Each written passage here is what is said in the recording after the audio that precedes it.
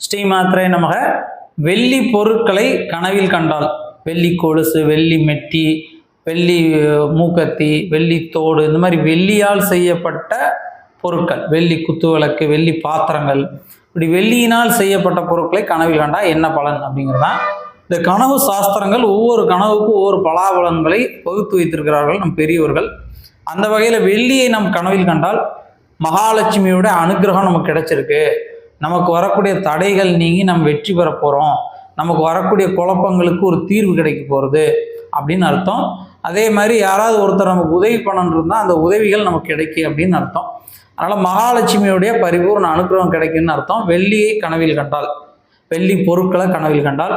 இதுபோல் கனவு சம்மந்தமாக நிறைய வீடியோ பதிவுகள் நம்ம வெளியிட்டிருக்கோம். அது ஒருவேளை நீங்கள் பார்க்கலன்னா நம்முடைய ஸ்ரீ வித்யா சேனலில் போய் பாருங்கள். நன்றி.